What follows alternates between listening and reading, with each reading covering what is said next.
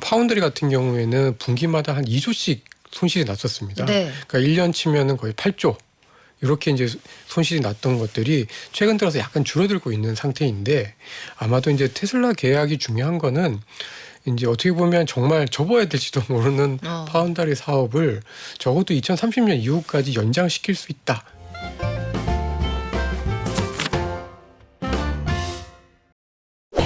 여러분, 아까 제가 점심시간 앞두고 과한 성대모사, 애기동자 같은 성대모사 한 건 오랜만에 만난 7만 전자가 너무 반가워서 그랬어요.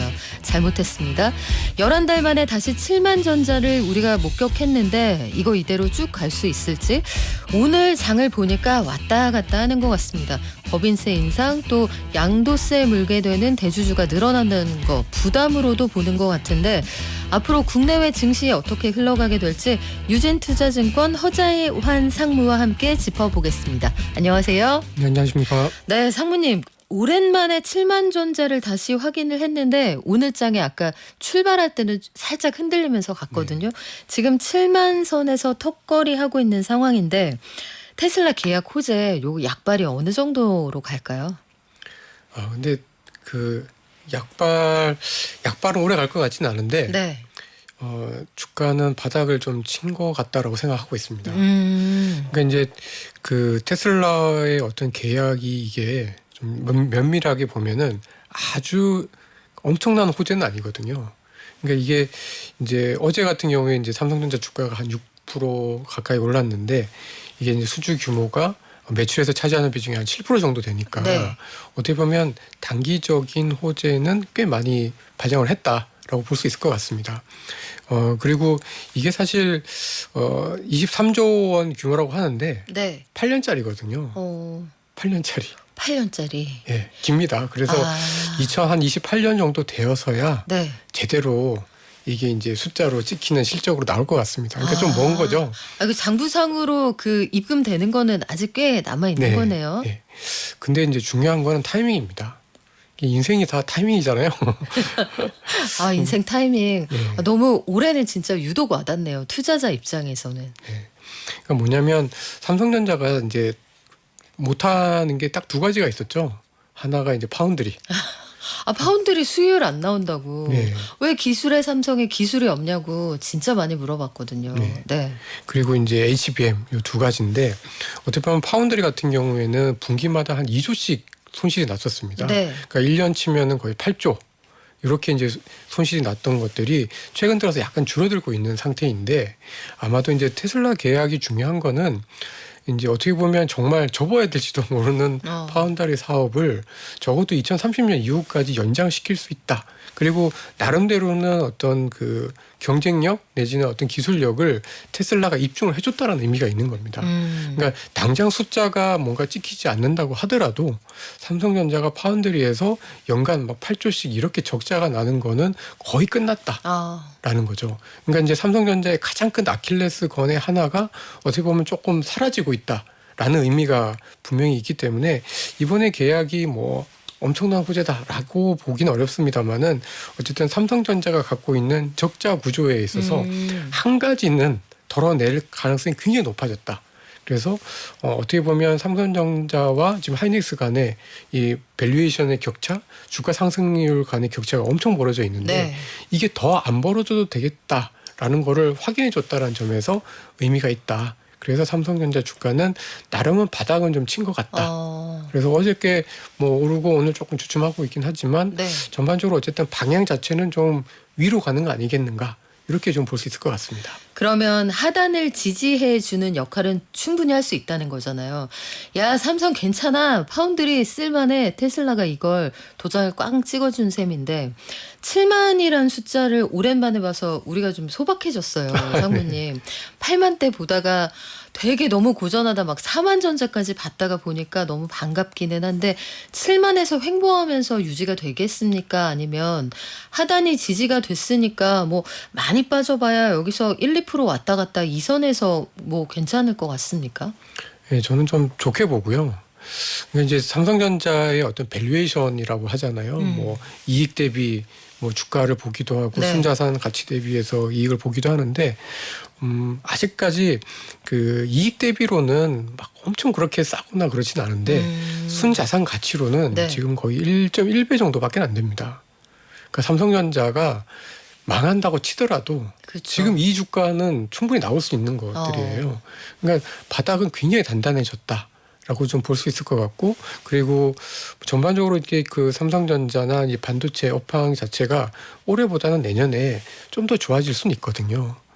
예, 그래서 약간씩은 더 좋아질 수 있다. 그리고 삼성전자가 지금 뭐 HBM 입장에서는 뭐 하이닉스한테 엄청 밀리죠. 네. 엄청 밀리고는 있지만 내년 내후년 정도가 되면 그래도 그 괴리가 좀 줄어들 수 있다라는 거, 이런 것들도 좀 남아 있기 때문에 뭐 삼성전자가 저는 하이닉스를 대체할 수는 없어도 그 기술력이라는 게 뭐 하루 이틀 뭐 열심히 노력한다고 밤샘 좀 한다고 이게 해결되는 건 아니고 나름의 몇 년의 시간이 필요합니다. 네. 그렇지만 적어도 지금 주가에서 삼성전자는 어쨌든 바닥을 치고 우상향할 수 있다라는 거는 좀 분명해 보인다. 이렇게 좀 말씀드릴 수 있을 것 같습니다. 근데 HBM 납품 전망에 대해서도 의견이 좀 엇갈리잖아요. 말씀하시는 것처럼 하이닉스는 가만히 있나? 삼성이 밤샐 때 이런 의견이 하나 있지만 다른 쪽에서 보면 파운드리도 지금 접기 직전이었는데 갑자기 23조 원짜리 계약이 될 줄 알았느냐.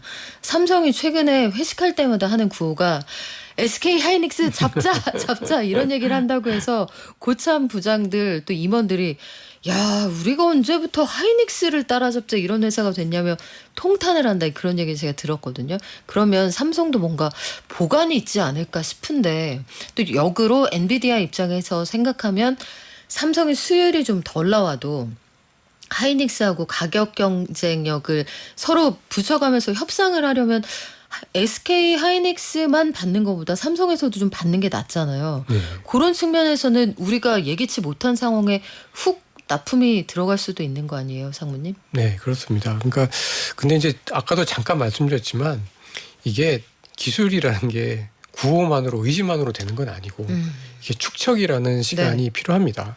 그래서 하이닉스가 그동안 갈고 닦아온 실력들 저희가 몰랐지만 지난 2년 3년 동안 갈고 닦았던 그 실력이 뭐 한 1, 2년 간다고 바뀌지는 않습니다.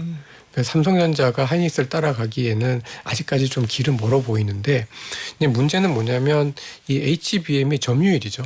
지금 하이닉스가 거의 한 67% 거의 70% 네. 가까이로 혼자를 하고 있는데 이거는 유지하기가 어려울 겁니다.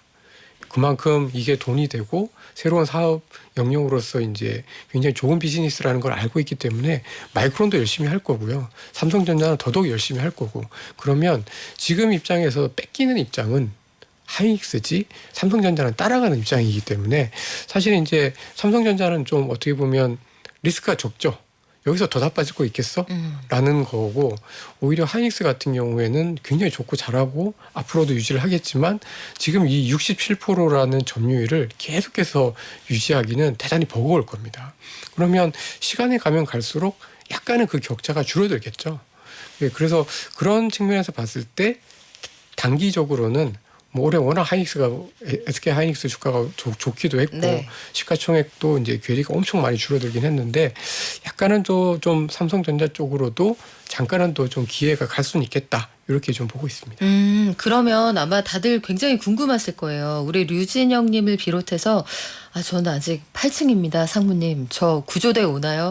3전 8층에 계신 분들, 이런 분들 8만전자 올 수 있을까요? 언제쯤 올까요? 이런 질문들이 굉장히 많으시거든요. 그럼 전고점까지 가는 데는 기간이 대략 어느 정도 걸릴까요? 삼성? 글쎄요. 이제 이 전고점, 근데 어쨌든 기업은 성장을 하게 되고 이익의 레벨은 계속해서 등락이 있지만 우상향 했거든요. 그러니까 가긴 갈 겁니다. 근데 이제 얼마나 빨리 오느냐가 관건이겠죠.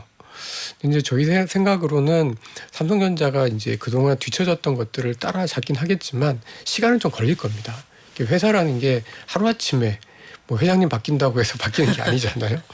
그래서 그렇지만 적어도 내년 상반기 정도에는 지금보다는 조금 더 상황이 좋아져 있을 가능성이 굉장히 높다라고 좀 보여져서 뭐 좀 갖고 계신 분들이라고 하면은 적어도 내년 상반기까지는 좀 더 기회를 엿보시면 뭐 충분히 좀 승산이 있는 비즈니스다라고 좀 생각하고 있습니다. 단기 트레이딩 아니고 내년 상반기까지는 적어도 바이 앤 홀드.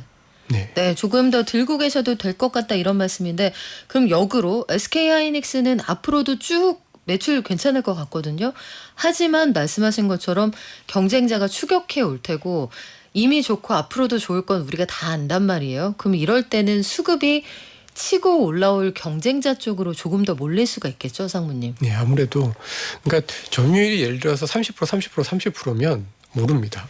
근데 이미 하이닉스가 많이 가져가 있잖아요. 그리고 이제 경쟁이 치열해지만 아무래도 단가 하락 압력이 아무래도 있기 때문에 뭐 굉장히 잘 할 거고 꾸준히 성장을 할 겁니다만은 올해만큼의 어떤 독보적인 주가 상승을 SK 혼자만 향유했었던 거가 올해였다라고 하면 이제 하반기 내년으로 갈수록 그 경쟁이 좀 치열해지면서 이제 주가 상승하는 폭은 비슷비슷해질 수도 있을 것 같다라고 생각하는 거죠.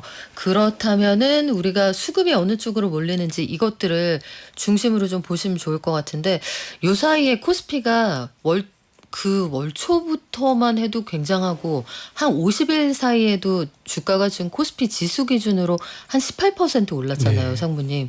연초부터 따지면은 33%가 올랐던데 3,200선을 딱 찍고 나더니 그냥 그렇죠. 고선에 머물러 네. 있어요.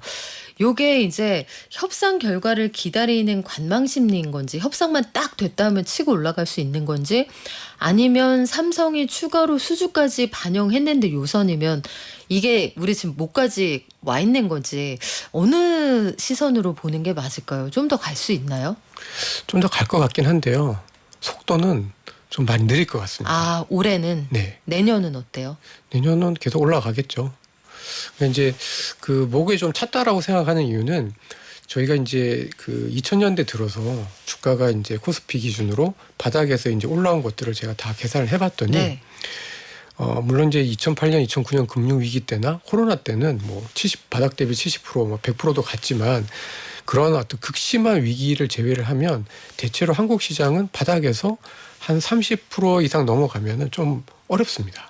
지금 33% 왔는데. 그러니까요. 그러니까 여기서는 추가적으로 강력한 뭔가가 있지 않은 이상은 사실은 주가가 여기서 뭐 당장 3,200에 지금 올라와 있는데 뭐 3,500, 3,600, 4,000 가기는 다이렉트로 가기는 굉장히 좀 어렵다라고 좀 보여지고요. 약간 이제 숨고르기 하고 또 추가적으로 이제 매수세가 들어오는 게 좀 필요한 거죠. 네. 그러니까 어떻게 보면 지난 2달 동안에 외국인은 열심히 샀지만 네. 사실 막상 연기금 국내 기관 투자자들을 대표하는 연기금하고 개인 투자자들은 오히려 팔았습니다. 그동안 너무 당해가지고 네. 물 들어올 때 노졌고 문 열어줄 때 엑시트하자 다들 그러셨던 것 같아요. 네. 네. 그리고 주가가 또 단기간에 너무 많이 오르니까 여기서 더 오르겠어? 라는 심리도 또 분명히 좀 작용을 하고 있는 것 같습니다. 그리고 여기다가 이제 요즘 문제가 되고 있는 부자 감세 논란들 때문에 네. 잘 가던 은행 증권 그쵸. 이런 주식들도 좀 주춤하니까 당연히 이제 여기서는 더 올라가기는 약간 좀 버거운 상황인데 근데 이제 제가 생각할 때는 이제 이러한 지금 주식 시장의 변화는 이제 시작이거든요. 그러니까 조금 더 중장기적으로 보면은 우상향할 것 같습니다. 그러니까 이제 예를 들면은 저희 한국의 코리아 디스카운트의 가장 중요한 맹점 중에 하나는 저는 주식의 공급이라고 생각하거든요. 공급 너무 많이. 예. 그러니까 주식의 수가 너무 많죠. 예. 그러니까 알게 모르게 증자도 엄청 많고요. 네. 그리고 뭐 IPO도 많고 물적 분할 맞아요. 이런 것들도 많은데 이제 앞으로는 뭐 이제는 이제 주주 충실의 의무니 뭐 이런 것들 때문에 아마도 이렇게 상장을 뭐 또는 증자를 이렇게 막 투자자들에게 손해를 입히면서까지는 하기 어려울 겁니다. 그리고 그 사이에 또 은근히 자사주 매입 같은 것들이 많이 늘어가지고 네. 지금 한국 주식시장에서 지금 증자나 IPO보다 이 자사주가 많은 게 거의 없었는데 올해 나타났습니다. 그러니까 이거는 어떻게 보면 좀 의미 있는 변화인 거죠. 그만큼 저희 한국이 굉장히 저성장에 갇혀 있지만 또 그러한 산업들 내에서 주주 가치를 늘리기 위한 노력들이 성장을 하기 위해서 막 쏟아붓는 돈들보다 좀 더 많아졌다라는 거고 보통 이렇게 주식의 공급이 좀 줄어들면은 보통 그 다음에 한 1, 2년 동안 주가가 꾸준히 올라갑니다. 그래서 저는 내년 상반기까지는 주식시장은 괜찮을 거다라고 생각을 좀 하고 있는데 이제 문제는 이제 시장 내에서 어떤 업종이 주도를 할 거냐라는 건데 사실 이제 삼성전자가 주도하는 거는 네. 저는 썩 바람직하진 않아요. 왜 그렇죠? 왜냐하면 지수에서 차지하는 비중이 예전보다 많이 줄었다고 해도 워낙 크기 때문에 삼성전자가 이렇게 너무 세지면은 다른 종목들을 팔고 삼성전자를 사야 하는 이 수급의 변화의 양상이 굉장히 좀 거세어집니다. 이쪽에 수급을 빨아들이는 블랙홀이 네. 되는군요. 그래서 어떻게 보면 뭐 코스피가 2,400대에서 3,200까지 올라오는 과정에서 네. 삼성전자가 오르긴 했지만 얘가 주도하지는 않았던 것 같거든요. 오히려 삼성전자보다 시가총액이 작은 하이닉스가 올라가고 맞아요. 은행주, 증권주 올라가고 뭐 이러니까 사실은 전체적으로 분위기가 좋아지는 거잖아요. 그래서 삼성전자가 혼자 좋아지는 거 또는 뭐 한국에서 일부 업종만 좋아지는 거는 바람직하지 않고 골고루 갈 때 진정한 리레이팅이 생긴다. 그리고 그럴 때 이제 개인 투자자들의 돈들이 더 시장으로 많이 들어오면서 전반적으로 한국 시장에 리레이팅이 생기는 거지 이게 뭐 외국인들이 뭐 엄청 산다고 해서 리레이팅이 되는 건 전혀 아니고요. 전자가 끌어당긴다고 코스피가 4천 갈 수 있는 건 아니다라고 저는 보고 있습니다. 그러면 지금 금융주, 은행주 말씀하셨는데 이재명 대통령이 이자 장사에 대한 비판을 하면서 어제장에서 한 7% 쭉 끌어내렸단 말이에요. 그 관련 주가가. 그럼 그쪽은 당분간 장사하기가 어려울 겁니다. 대출 총량 규제 같은 것들이 있어서 주가가 당분간은 좀 고전할 가능성이 있으니까 거기서 지수에 힘을 보태긴 좀 어려울 거고 반면에 지금 대미 협상 카드로도 부각이 돼 있는 조선 같은 경우에는 지금 조방원 씨가 스테이지에서 내려올 때 되지 않았어요 생각했는데 다시 올라갔잖아요. 조선은 올라간 데다가 지금 김동관 한화 부회장이 가 있더라고요. 미국에. 해서 뭔가 되는 것 같다 이런 분위기가 감지가 되는데 하반기하고 내년까지도 조선은 뭐 좀 갈까요 계속? 저는 그러니까 좋게 한국에서 지금 새롭게 성장하고 있고 부상하고 있는 산업 중에 하나가 조선, 방산 같은 것들 거기에다가 이제 전력기기나 이제 에너지 이쪽이라고 생각을 좀 하고 있는데요. 근데 이제 그 조선업 같은 경우는 뭐 당연히 이제 이게 그 협상 카드가 되면 아무래도 뭐 미국에서 조선소 만들고 이제 배 만들기 시작하면은 한국 업체들한테 엄청나게 수주가 집중될 가능성이 있습니다. 거기 조선소 갖고 있는 회사 아니더라도? 네. 그러니까 어쨌든 한국의 뭐 조선과 관련된 기술이나 부품이나 이런 것들을 가져와서 만들 가능성이 좀 크기 때문에 직접적인 수혜가 좀 될 것 같은데 근데 저는 이제 이게 뭐 1, 2년 하고 말 건 아니다라고 좀 보여지는 게요. 대체로 한국 산업들이 망가졌던 독특한 계기가 하나가 있습니다. 뭐죠? 중국입니다. 중국. 저희가 중국이랑 다이다이로 붙으면은 살아남기가 힘듭니다. 중국이랑 1대1로 붙으면은 딴 거 없어요, 여러분. 알테쉬에서 파는 원피스가 막 7,600원 막 이렇더라고요. 이게 말이 되는 가격인가 무료로 배송해주고 어떻게 살아남아요. 네. 그래서 과거에 이제 저희 한국에서 성장했었던 많은 산업들, 자동차니 또 옛날에 또 조선. 그다음에 석유화학, 철강 이런 산업들, 그다음에 뭐 디스플레이, 심지어 지금은 반도체 이런 산업들이 잘 나가다가 망가졌던 가장 결정적인 계기는 중국이었는데 조선, 방산 이런 산업들이 좋은 이유는 중국과 직접적으로 저희가 경쟁을 하지 않는다는 겁니다. 그러니까 이제 이런 산업들은 사실은 이제 꾸준할 수가 있는 거죠. 뭐 저희가 이제 뭐 글로벌하게 1등은 아닐 수는 있어도. 미국이 어쨌든 나름의 쉴드를 채워주는 중국을 밀어내주고 거죠. 있죠. 시장에서 못 들어오게. 그 사이에 우리 기회가 있군요. 그래서 그런 산업들은 충분히 좀 기회가 있지 않을까라고 좀 보여져서 조선 산업도 이제 그런 측면에서 봤을 때 물론 전체적인 수주량에서 중국한테 저희가 안 되긴 하지만 이거는 뭐 미국의 어쨌든 뭐 수혜를 받았다라고 얘기를 하는 게 맞지 않았나라고 생각합니다. 그러면 이쪽 분야는 앞으로도 미국이 시장을 좀 이렇게 분리해주는 동안 우리가 수혜 볼 수 있는 쪽으로 보신다면 주가가 꽤 많이 올라왔는데 더 갈 수 있나 이런 불안이 좀 더 갈 수도 있다. 이렇게 보시는군요. 사실 그동안의 조선업 업황이 그리고 올해 같은 경우에 엄청나게 그렇게 조선업 업황 자체가 글로벌하게 봤을 때 좋은 건 아니거든요. 다들 이제 뭐 그 트럼프의 어떤 관세 정책 때문에 전체적인 어떤 물동량이라든지 조선에 대한 어떤 수요 또는 뭐 수주 이런 것들은 작년 대비해서 크게 늘지는 않았습니다. 네. 근데 지금 어쨌든 한국의 조선업을 이끌고 있는 거는 이러한 어떤 경쟁 관계에서 오는 경쟁력 확보라는 거죠. 저희한테 집중될 수밖에 없다라는. 그래서 이런 거는 좀 독보적으로 조금 더 이어질 가능성이 있다. 그렇게 좀 보고 있고, 비싼 관점에서 이제 방산도 마찬가지고, 네.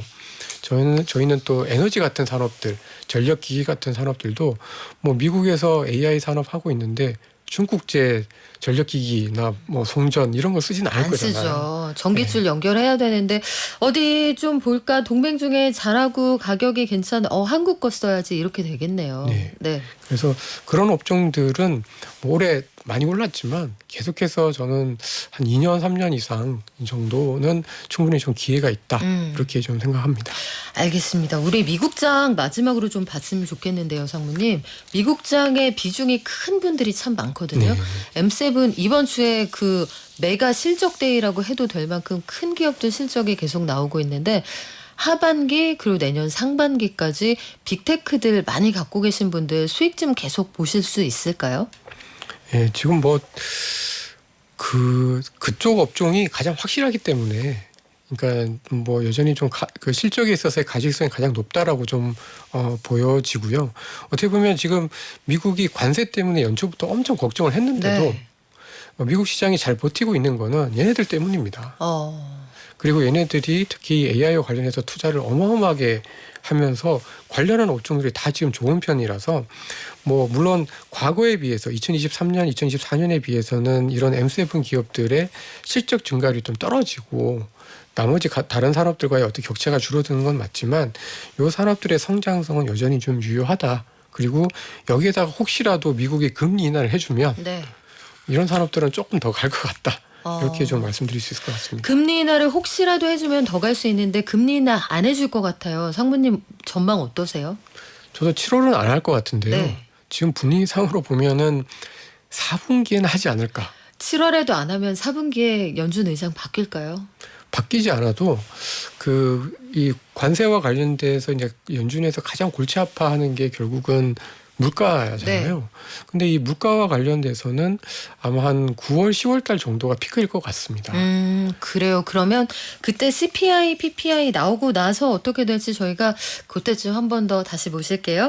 지금까지 유진투자증권 허재환 상무와 함께했습니다. 고맙습니다. 감사합니다.